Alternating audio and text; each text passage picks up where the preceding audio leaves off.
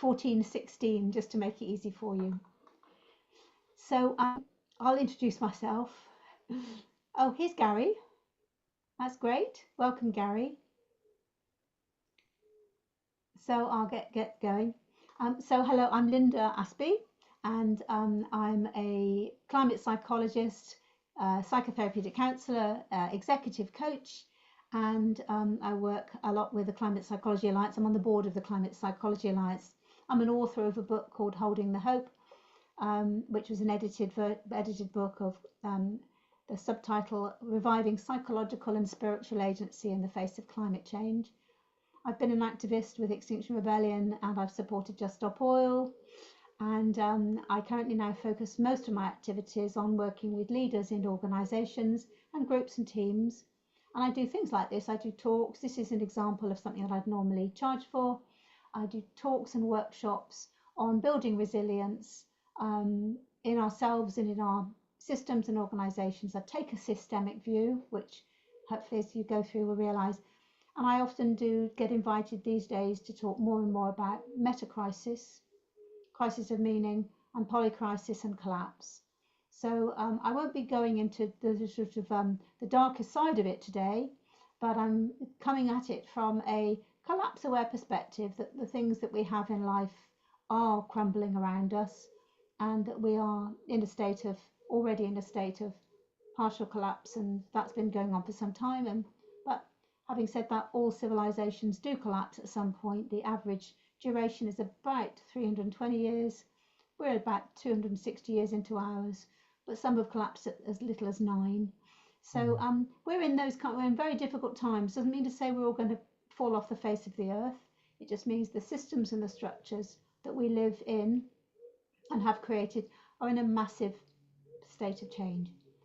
So that's just to set the sort of context of what I am and what we're going to do today. And I've got some slides to talk through.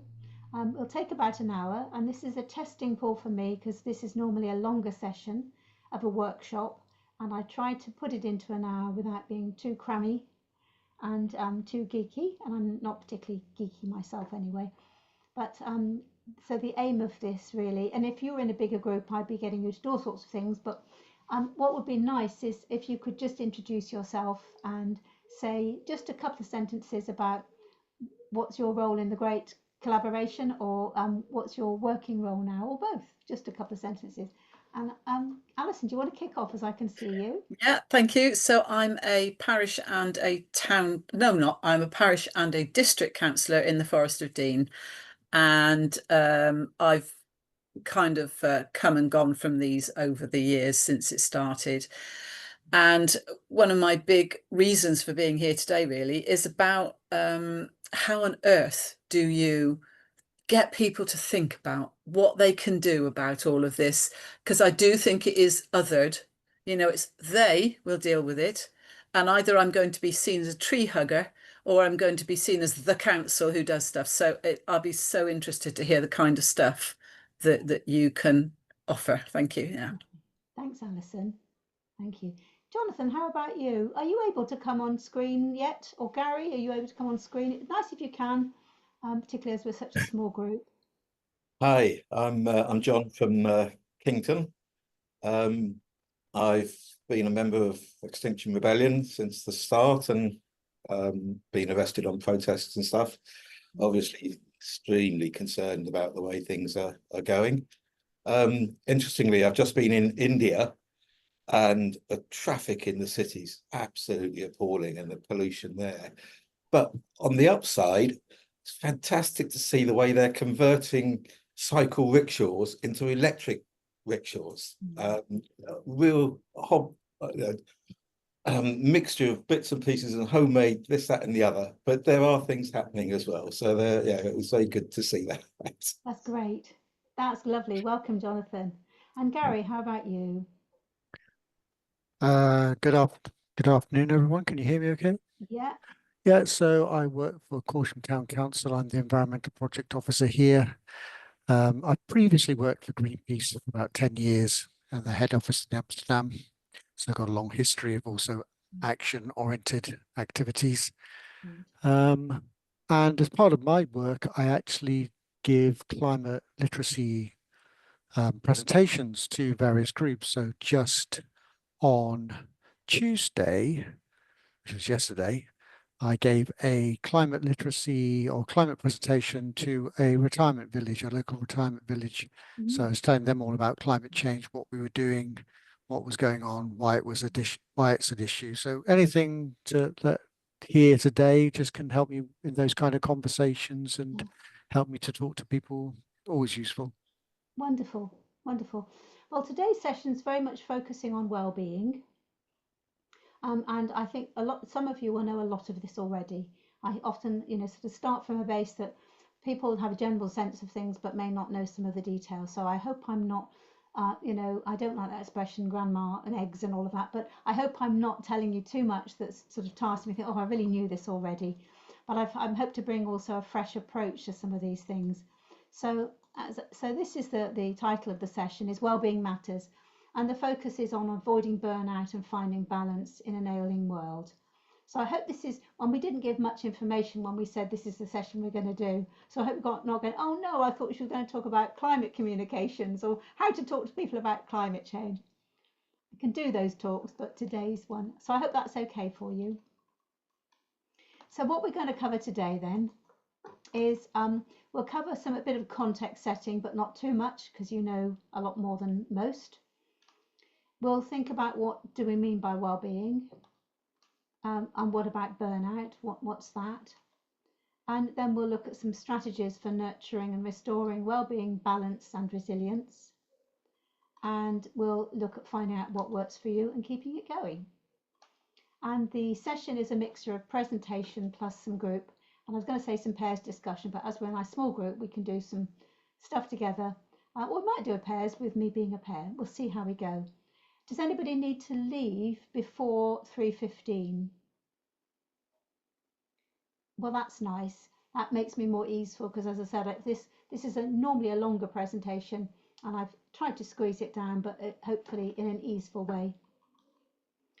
So we'll start off with the context setting is why does well-being particularly matter now? Well, what's happening around us is self-explanatory. We are witnessing global temperatures rising far faster than many scientists predicted, certainly than the IPCC told us or would put their name to. And we've been experiencing that in this country too. So some of this is newer to us than other parts of the world, which have been struggling for many, many years.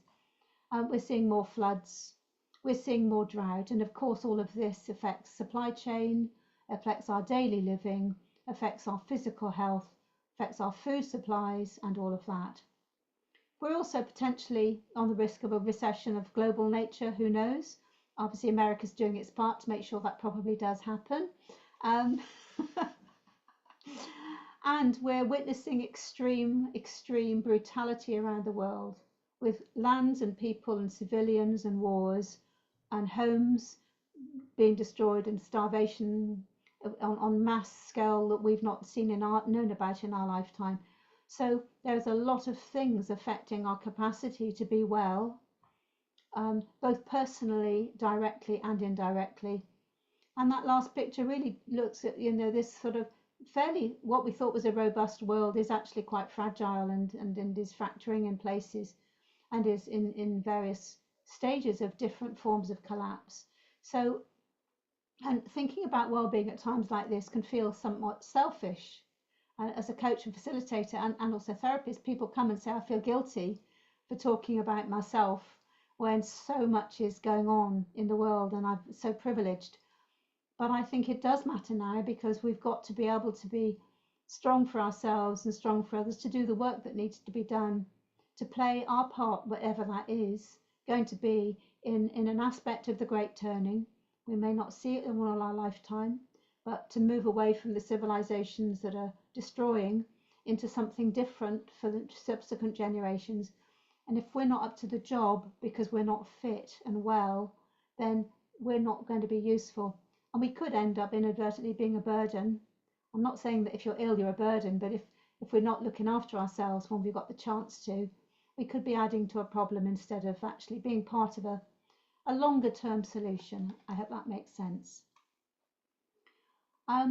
So well-being really matters now, but the big question is, how can we be well in an ailing world when we see all around us is ill, and we are stardust, we are carbon, we are made of the same things that everything else in this picture is made of or contains, and around that we see that. So often, we tend to think about well-being as an isolation thing, and actually, even in my research around well-being, unless I was researching climate change and mental health, most of the models out there for well-being do not think about anything else apart from the human, oddly.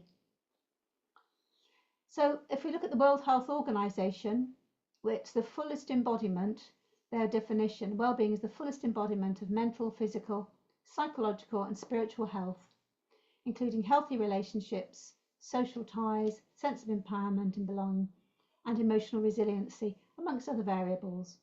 So it's a nice definition, but it's quite human-centric, understandably, because that's where our attention's been put for a long time. But if we look at 3 pillars of well-being, and we put them in the context of our planetary ecosystems, we've got physical health, how well we are physically, how well we are able to move, because we're destined to be as mobile as possible. We're not plants that tend to stay static. Our life depends on being able to move to some extent or another, and to function well, and for our organs to function as part of a system. Our well-being also depends a lot on social health, and this didn't used to get a lot of attention, and it's only recently becoming much clearer through lots of research and massive amounts of feedback from people working in the social sector, is that you can't have well people if the social contract has been broken. If people live in isolation, when they're living in poverty, when they're living in settings that are not conducive to good overall health, and that they're with others who care. So the social, we've even now, as you'll know from the work you do, social prescribing has become quite a normal thing. That was quite new. I'm actually an ex-nurse. I was a paediatric and general nurse over 40 years, maybe 50 years, no, not 50, but 40 years ago. And we didn't even think really, we had a tiny bit of training about social context, hardly any really. And we were also quite focused on bodily parts as individual things rather than part of an inherent system. And it's still the same these days. You go to a specialist and they're a specialist, and they don't talk to the other specialist about the other thing that's going in your body at the same time. And then we've got the context of mental health.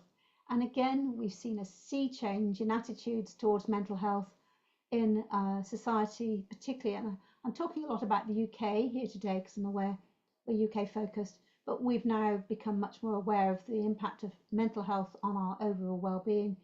And instead of pushing it to the back of the queue, it's taking its place. But we often don't put this stuff in the context of our planetary ecosystems.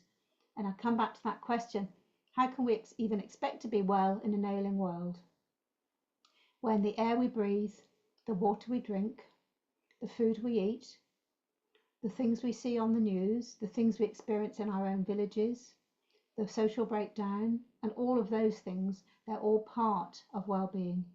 So I want to, just lay that as we're always thinking system here. And I looked at some of the research around well-being in the UK, and some of you may know about the happiness poverty line, which was from the UK Wellbeing report from the World Wellbeing Movement. And I put links to this research paper at the back. And they've got the happiness poverty line. Loosely speaking, it's looking at life satisfaction as opposed to just GDP. There are some measures in there of poverty itself, of financial poverty, but I didn't understand them well enough to go into them for this presentation. So I'm going to take a shortcut and just say it's a life satisfaction rating, because it's an overall. So, and a happiness poverty line is normally up to 10, and we're looking at those with a rating of 5 or below. Well, in 2004, there were 1 in 8 people in the UK living below the happiness poverty line. Quite some variance across the UK, 5% of the population in some area, up to 25% in others, in the poorest of areas from all sorts of measures, so 1 in 4.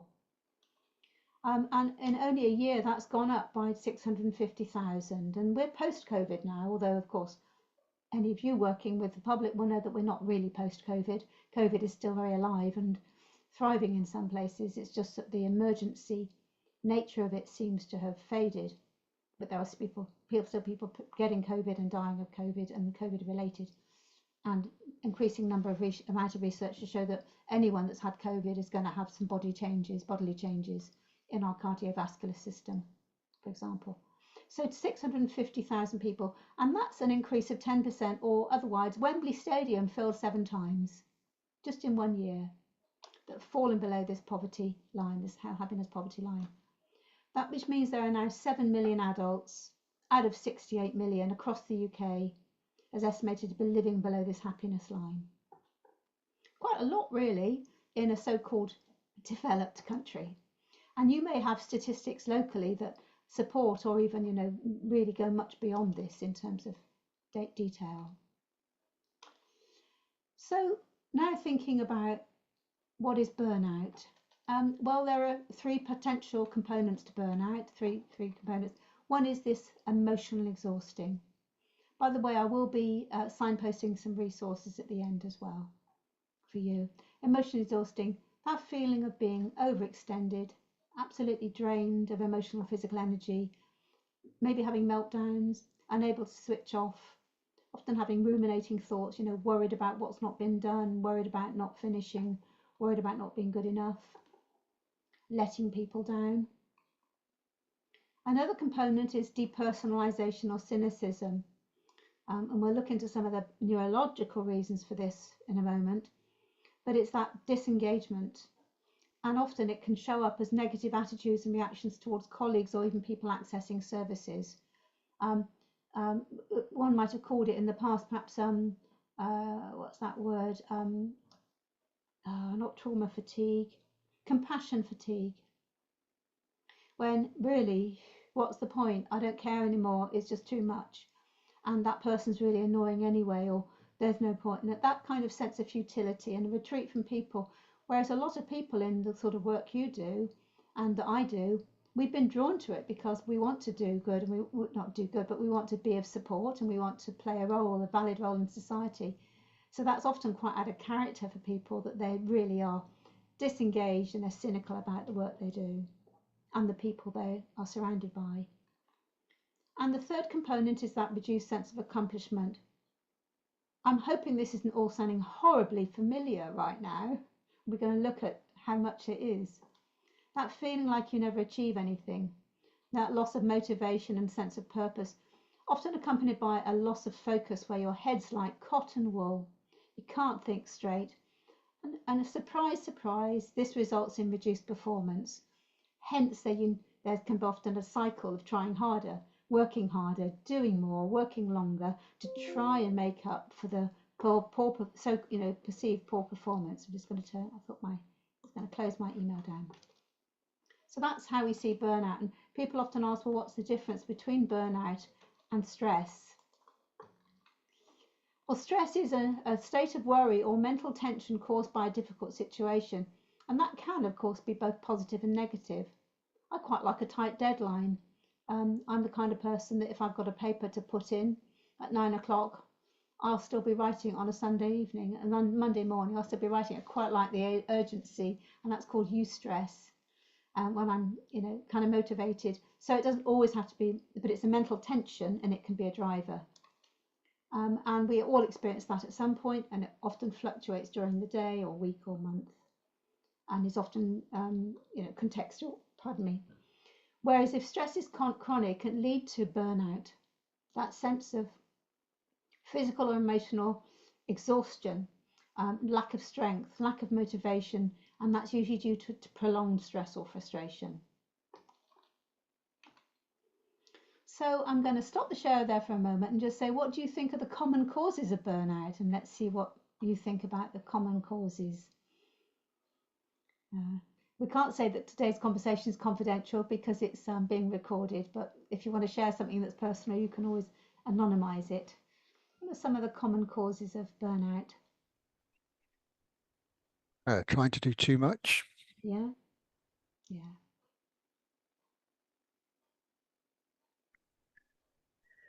feeling you're not making any progress. Yeah. Mm.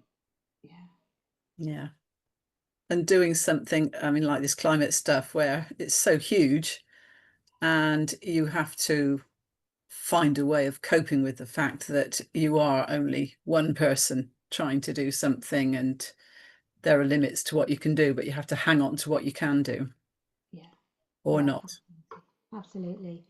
What about before we knew about climate and the emergency? Which some of you may not recall a time when you didn't know, of course. But what about before? What sort of things would have traditionally caused burnout? Stress, just Pardon, what was general that? stress. Stress, just general Yeah, stress, you know, yeah, home life, yeah, work, yeah, you know, trying to do too much, like I said. Also, you know, working in an unfavorable environment, yeah, working long hours, yeah, not making progress. yeah, absolutely. And of course, those things are still there.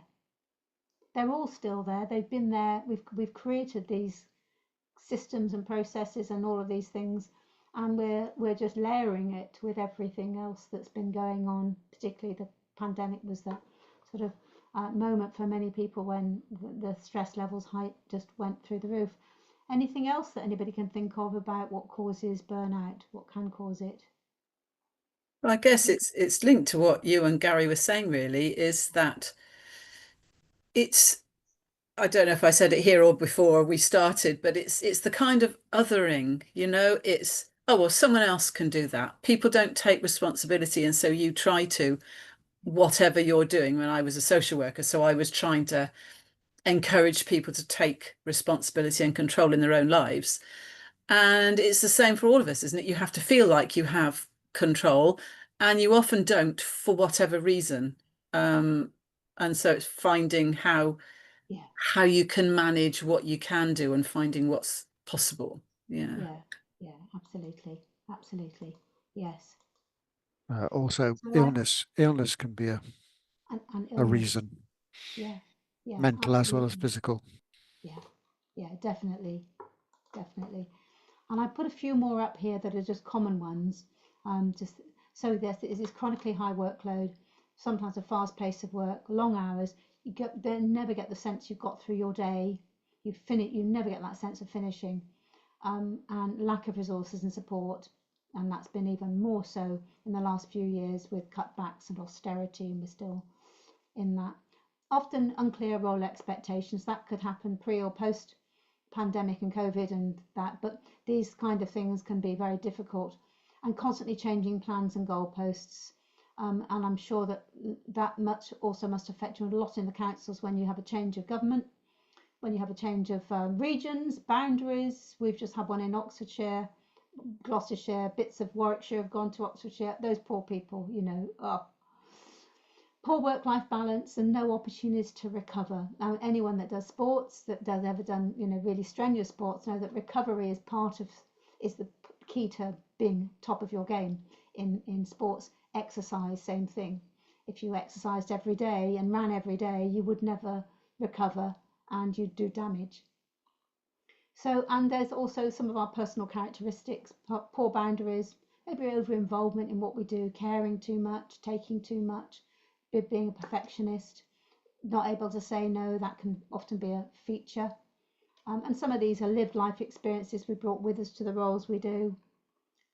Sometimes there's unaddressed relationship issues, you know, prolonged bullying, a toxic culture, feeling alone with it all, that you can't take it anywhere. And I thought about really anxiety, climate anxiety, for example, can lead to hypomania. Climate anxiety, you know, when I first really discovered what was going so badly wrong with the climate and environment, I threw myself into Extinction Rebellion day and night, just anything I could do, you know. And luckily I didn't get really badly burnt out, but I just became aware that I was not doing any recovery or resting, and it wasn't doing me or anybody else any good. Um, and that's a very real danger for people working on the climate front line, I think. And I've added here more recently that we're aware of but we've had this ailing planet for a long time. But living in and on an ailing planet with systems that are toxic, extractive, exploitative, unjust, and collapsing. We're in a polycrisis or a meta-crisis. So, hey, isn't it no surprise we're burning out? People are really burning out. So, which begs then the question of, well, who else is affected? I think about some of the people that I know and some of the people that you will also be working with in councils and social care, about these people, the carers, the caseworkers, the farmers, the independent retailers, the social and environmental researchers. At the Climate Psychology Alliance, we do a lot of work with people doing conservation work and research, and that their life's work is kind of diminishing in front of their eyes as they're measuring, doing field studies, looking at biodiversity decline, for example. The people trying to find a job with all the threats that AI and other things are bringing. The adolescents and the young people who are not only going through the normal rites of passage, but are also facing increasingly tough times in a declining world. The careerists, people who put everything into their career, they're working harder to try and stay in that career, to stay top of their game. There may be others, and as you mentioned there just now, I think it was Gary or Jonathan, talked about illness, mental illness and physical illness. And you, so who may be most at risk of burnout? And it's not a thing we often think about, but who in my team, who in my community, who in my friendship family group might be really at risk of burnout, because it's often quite hidden. And the worst case scenario, that burnout can lead to decisions of people taking their own lives if they feel there's no way out, and depression. So who may be at most at risk and be feeling unsupported? So I thought I'd ask you to do a Mentimeter poll. If you've got a mobile phone and would like to point your camera at that, or if not, you can visit menti.com and enter this code. And the results will be anonymous. There's only 3 of you, so it won't be a scientific experiment.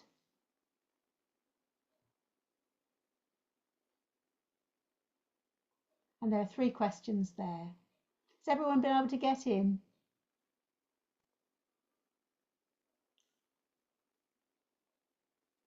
I'm not a very modern gal. I'm really not sure what I'm doing with All this. right. If you've got have you got a camera on your phone? Yeah, I've taken a picture of it, but what do I do with that? When you point your camera at it, Oh, yeah. there should be like a little yellow triangle that surrounds the code, that surrounds Oh, that is it thing. there? Yeah. Oh, God. It says open in Google Chrome.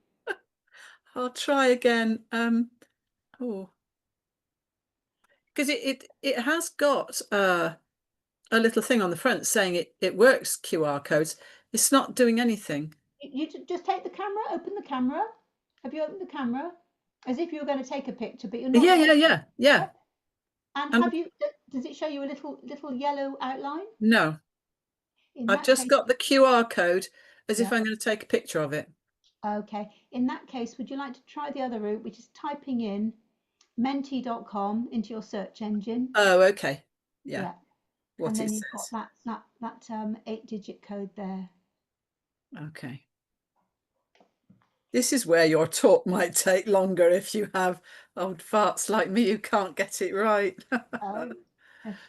You only need to learn it once, and then I'm sure you'll know it again. I see. Oh, it's giving me the 17.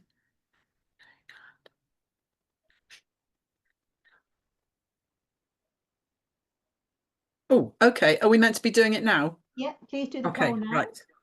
I'm just going to stop the share for the moment. And I'm going to leave you for a second to score those questions.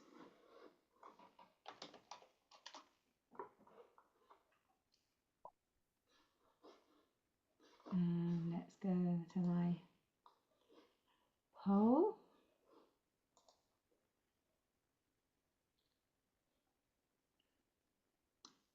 And let me know when you've done your score.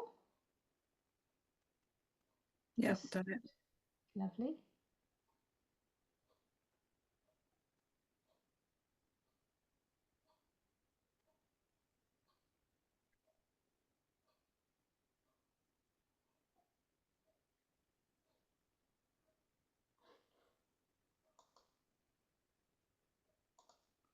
Everyone completed the 3 questions? Yes. Have you? Yeah, all done? Yes, put mine in. Great, lovely. Okay, let's have a look at the results if you're all done.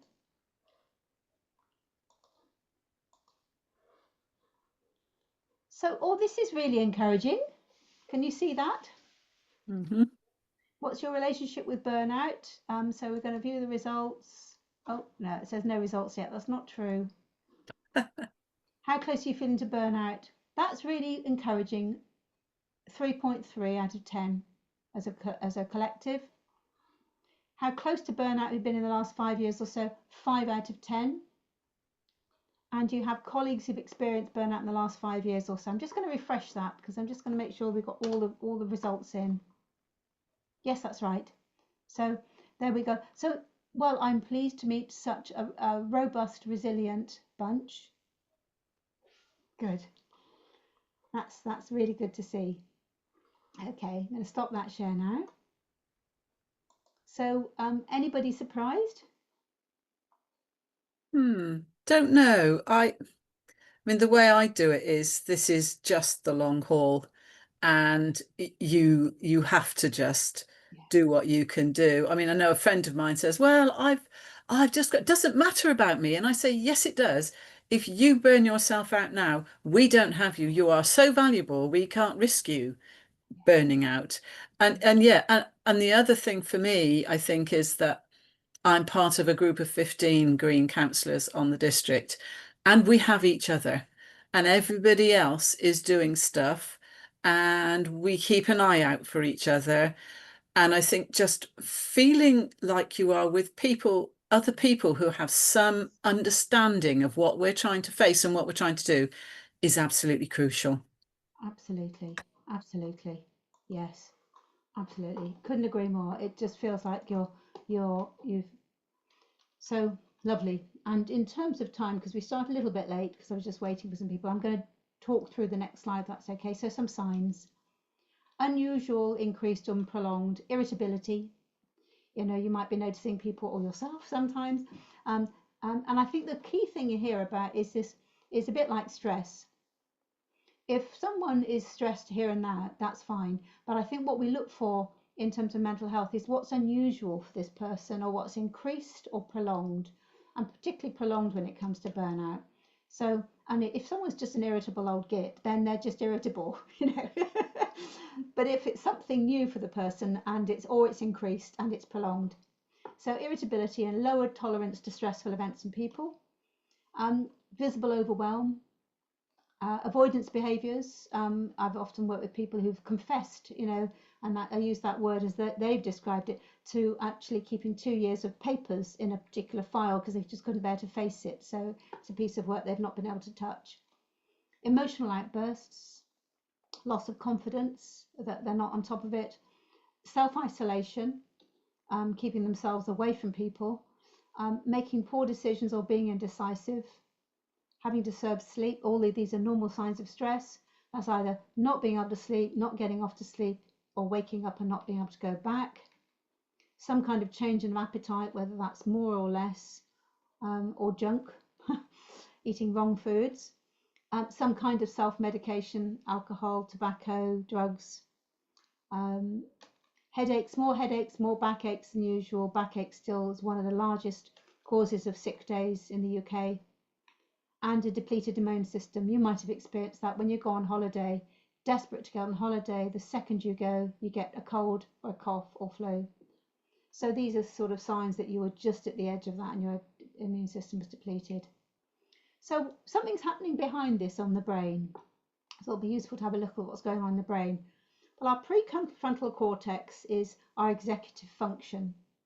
This helps us make good decisions, and it helps us to think things through well. and it's our higher function. It's the later part of our evolutionary brain, and this is deactivated by chronic stress. You can't maintain the same kind of social relationships when you're in a period of constant stress because of all the avoidance that you have to do to just cope. So it massively affects our decision making and our executive functions, our thinking, our problem solving, and so forth, and our relationships. It also impacts on the amygdala, which is the gateway in our brain that makes a decision about how we're going to deal with incoming information, normally in the name of threats. And our amygdala is a region about the size of an almond in the central middle brain that becomes overactivated. This is the one that helps to activate the fight-flight syndrome, that fight-flight complex. And think of the amygdala as being a little bit like Oxford Circus. There's all these different tube lines you can go to, all these escalators, and the amygdala decides which one, this incoming threat, or it could be internally generated threat, it could be externally, but it could be internal. This becomes overactivated. This causes fear responses because it's our threat detection mechanism, and it's simply reactive. It's a bit like road rage. No one's gonna, road rage can just whoosh, even though someone's not pointing a gun at you. So it just reacts to the moment. And the hippocampus, this is part of our sense-making and memory system and our learning system, and this shrinks under prolonged stress. And there are actual physical signs of brain changes. Our grey matter becomes thinner and less knitted when we're when we've gone through prolonged burnout. And neurochemically, other things that are happening that actually then support all of these changes and make them into a sort of cycle. We have increased and chronic elevation of cortisol, which is our stress, one of our leading stress hormones. This leads to adrenal activity. And if we don't have anywhere to run, we're not going to bunch somebody on the nose and fight or flight, then we get into a state of exhaustion and immune suppression. Our dopamine, which is our pleasure mechanisms, our reward mechanisms, these get to low levels. So we have less pleasure in life.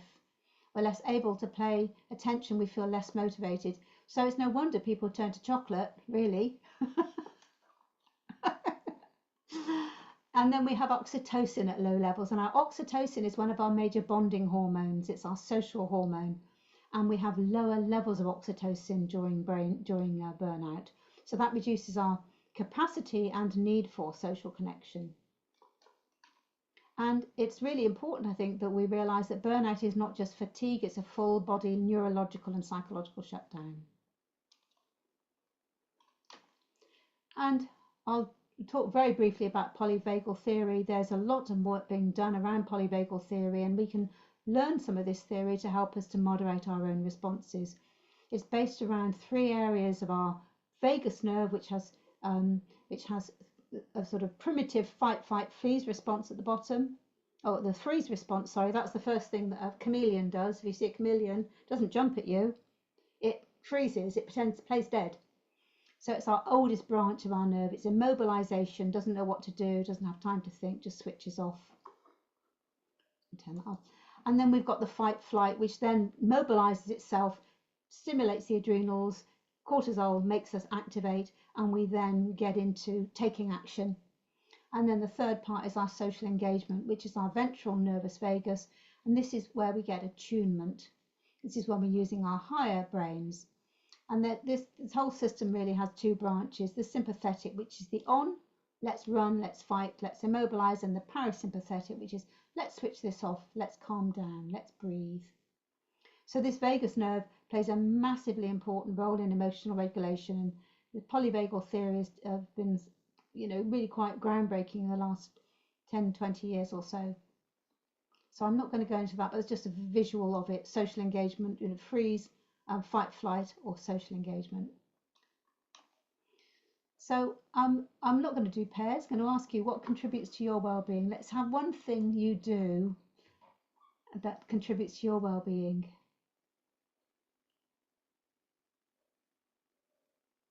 Gardening. Sorry, Gary, I can't hear you terribly well. Yeah, I'm in a noisy office. Gardening, I said. Oh, yes. Yeah. Well, Med- go on, meditating. Jonathan, sorry. Meditating? Meditating. Yeah, yeah. If only I did what you two do. That's what I mean to do. But I have never been to the pub as much as I do now. And that's not to drink. I'll have a half pint of cider and that's it. But it's that social atmosphere with friends, and that is lovely. And I think that's really important that we do what works for us because we're more likely to keep it up.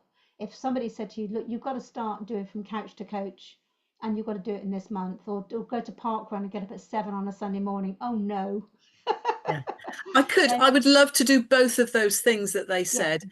I'm just not organised enough. And I always think, oh no, I haven't got time. I mean, my garden out there looks like a forest and I really should, because it does. You're right, Gary. It makes you feel lovely. Do you know what, I don't know if you find the same thing. You know, if you're at work and you don't get something finished, it's a horrible feeling because you go to work the next day and it's all still there. There's something different about gardening because you're never finished in the garden. There's always more you could do because there's always something more to tweak or to cut or to repot or to plant, but it doesn't seem to cause me stress. Are you the same, Gary? Oh, he's Well, no, not really, because I leave most of it to my wife, to be honest with you. I So just go in when, there and sit I was and going to say, yeah, so when you say gardening, what you mean is you sit in a deck chair and watch your wife do the gardening. well, it's an egg chair actually. It swings as well, so it's oh, even better. I like that. I like that. You can outsource your burnout strategies. Well, there you go. Oh, there you go. Great. So every strategy is different for everybody. And I'm going to talk through some strategies. You may already be doing those. You may know about these. But if nothing else, today might just be a reminder of what you need to do more of. So the first thing, and you said it beautifully before, Alison, is self-care.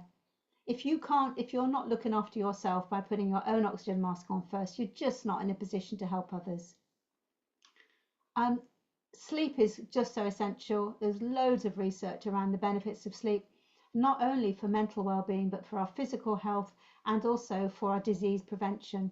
While we're asleep, all sorts of autophagic things are going around. The cancer-killing autophagia are going around our bodies, scooping up all these free radicals, helping to reduce our likelihood of cancer, heart disease, and so forth. And so sleep is a regenerative process. It also regenerates during the brain, and lots of wonderful things are happening during sleep. And there's also then rest, which is not the same as sleep, a protected time for not working, a chance to be somewhere else, put your head somewhere else different. And nature and new research, more and more research is showing it's the moments, not the minutes, that matter. If you don't have time to be in the garden for an hour or go for a long walk every day, it's actually just the moments. And 20 minutes is optimal, but even less than that is fine. Find a sit spot. It's as good as a walk in terms of your mental health, not your physical health, of course, but it's the moments that matter. So even if all you did was each day go out and look at a flower for 5 minutes, there would be an improvement on your mental health because you feel more nature connected anyway. So it's the moments, not the minutes. And nutrition. You are what you eat and you are what you drink. And it's one of those things that slips off when we're feeling stressed. As I said, chocolate becomes even more appealing. But you know, in the UK, ultra processed foods now form nearly between half and 65% of the daily energy intake of adults. 65%, and that goes up in teenagers. So ultra processed foods have very little nutritional value, and they're not real foods that you'd find in cupboards. And of course, the busier we get, the more we buy packet food and all of that. So it's really important thinking about what you eat and what you drink, because 5% of our 0.5% of our brains are now plastic. And that plastic's been found in breast milk, it's been found in the testes, it's been found in our ovaries, it's been found in our blood, in our liver, in our lungs. So we're inhaling it, we're breathing it, and we're taking it in when we well-meaningly buy water bottles and we put them out in the sun, and then we have a little drink of lukewarm water. So what you drink. And it's so important we drink water. 55 to 78% of our body is water. Much higher in children as well, at the high end in children. So if we're not drinking enough water, and that's an easy win, then well, the rest of our body can't do its job very well, and that's really, really important to stress. We are water. We come from water. We'll go back to it. And the water we're in a closed planetary system with just 6 kilometers around our Earth of atmosphere. Every bit of water that's been created on Earth is still in this Earth from the day time began. So we've got a limited system, and so there. So, and then self-compassion, mindfulness, that's another self-care strategy. I think I've got these bullet points just slightly out of sync there. But self-care in terms of self-compassion, a lot of work's been done around self-compassion and the role of that. And there's a little self-compassion questionnaire I've put into the resources, which can actually really help in terms of, because it's very interesting until you realize how harsh you're being on yourself. And that's, you wouldn't speak to a friend in the way we speak to ourselves sometimes. And you do a questionnaire, you think, well, I really do that. So mindfulness, as Jonathan said, learning to breathe differently, because our breathing becomes shorter, becomes much shorter in our body. It becomes from the top of the chest instead of from the lower abdomen. And other regulation strategies, self-soothing, those kind of things, and learning different strategies as antidotes to a very harsh, brutal, rushed life. And exercise, a healthy body for daily living and for future wellness, because we're going to be facing tougher times, and I don't want to spend those tougher times in hospital with somebody else wheeling me around until the very last minute, if I can avoid it. So those kind of things. So that's self-care strategy 1, and that's, if only you did that, that's massive, just massive. And gratitude, fun and joy. It gives us a chance to restore and reconnect and to change our brains. And, it's a big question we asked ourselves the other week in a seminar. How do we find joy in a world full of horror? And how, lots of people said, well, should I? Does that feel right too? Does that feel right given what's going on? And we kind of came full circle and realised if we can't find those moments of joy, we're just not fit enough to play our part. And joy and gratitude and fun do change our brain. So self-care. Number 2, and so 3 elements of self-compassion: self-kindness versus self-judgment. I've had a tough time, it's been difficult, and no wonder I lost my temper, versus what an idiot I am. Common humanity versus isolation. I'm not the only one struggling at this time. It's not just me. It's not me being difficult all the time. It's, other people are struggling too. We're all human here. And mindfulness over identification, just being mindful of what's going on rather than thinking, this is all my fault. That everything is to do with, what I've done, over identification. So there's a little self-assessment you might want to take and share with your team. Strategy 2 is recognizing the early signs of burnout. Being aware that one of the early signs is dropping the things you would normally do to maintain your well-being. One of the very earliest signs is if you're not doing those things you normally do, that's time for remedial action. Second is to listen. If your family and friends and colleagues express concern for your well-being, thank them, take action, because they might be in the compassionate self you've forgotten how to be. Read up on well-being and nutrition. When you find out more, if you only read one book from today, then read Ultra Processed People by Chris Van Tullochen. You'll never eat another Oreo again. or packet soup, or pot noodle. So being informed will help you recognise and stay aware. And if you see someone showing early signs, ask how you can support. Often people think they have to struggle alone, and it's still a sign of weakness in some parts of society to say that, but show that and be human yourself too. Strategy 3, Alison, you talked about going to the pub. We're social beings in a social context. Belonging and feeling valued are really important. So being willing to talk and ask for support, being understood. That actually, when someone says, I understand you, or they show they understand you, because it's interesting when we say to someone, thank you for listening. What a gift that is when someone does. And being understood activates brain regions associated with reward. It actually activates dopamine. So we give somebody a little gift of reward when we understand them. and be willing to listen and understand and offer support to others. Clearly, once you're recovered, not instead of self-care, because that takes you right back to over-caring, over-committing, over-engaging with others.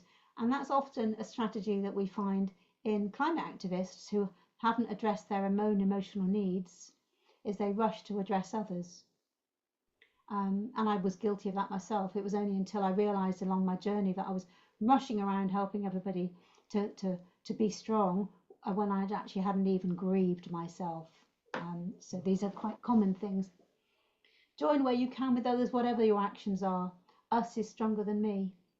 It always has and it always will be. And also remember that others includes the rest of nature, but it needs to be in the spirit of reciprocity. Nature feeds me and I feed it back in some way. If we continue just to take from nature without thinking, how can I reciprocate what nature's doing for me, even if it's just in terms of thanking the tree, you know, whatever it happens to be, however spiritual you want to go with it or not. But it you know, others are the rest of the world in which we live. Did you know that we have between, scientists vary, but one of the world leading scientists on our intelligence, Catherine Hayes, Catherine Hales, Hayles, who's specializes in human and other forms of intelligence, says that we have more than 10 times non-human cells in our body than we have human cells. Wow. Bacteria, viruses, fungi, all helping us. We're an ecosystem in our own right. So this is a summary. If we have good feelings day to day and overall, we experience happiness, joy, contentment. That enables us to be well functioning. This is a loop. With good functioning, that gives us good feelings, that we're autonomous, competent, safe, secure, connected to others. If we have the personal resources, the health, the resilience, the optimism, the self-esteem, and we have the right kind of external conditions to help, this all helps us to become in a flourishing state. And they're a very delicate eco-balance in themselves. And if one part is out of kilter, then the rest could fall. So what's one meaningful change you might make to avoid or repair burnout? If you wouldn't mind sharing. Actually, before I do that, I rattles like a train. Any questions or reflections? I'm the one doing all of the talking. Just you chaps say something if you want to. But I guess I probably didn't not know any of that, but I can't organize it in my head enough. So that was really useful to think about. And yeah, I mean, I think I probably need to go out and do some more of the gardening. But I'm just thinking how it's all very well. I mean, I think we're probably all doing this in some way because of the reasons we've talked about. And I remember my nephew saying, I wouldn't want to join XR. They're all singing and dancing and being happy. And I'm thinking, yeah, exactly, you have to. But I'm thinking about how we can use all of that without preaching to get other people in the community to acknowledge all of these issues rather than just them saying, well, you get on with it, because in some way people will probably be aware of it. You know, I don't know how to apply this then to what we're trying to deal with. Yeah. And when you say we, are you talking about the council or are you talking about XR? Anybody, everybody who are trying to deal with these kind of climate issues. Yeah. Okay. Maybe there's another, I mean, I've probably not enough time to cover that today, but maybe there's another session on, you know, more of that. I do a session on community engagement, but it's community rather than councillor engagement, but we could look at that. That doesn't matter. I mean, we've talked about doing citizens' assemblies, people's assemblies. We did do one as an experiment, but just with other councillors who were trying it out. But that's one way, I guess, if people are going to be willing to come. You know, I don't know, but yes, that might be a useful thing to have. Thank you. Yeah. Absolutely. Yeah. Gary, how about you? Any observations, questions, or Jonathan, observations, questions, reflections?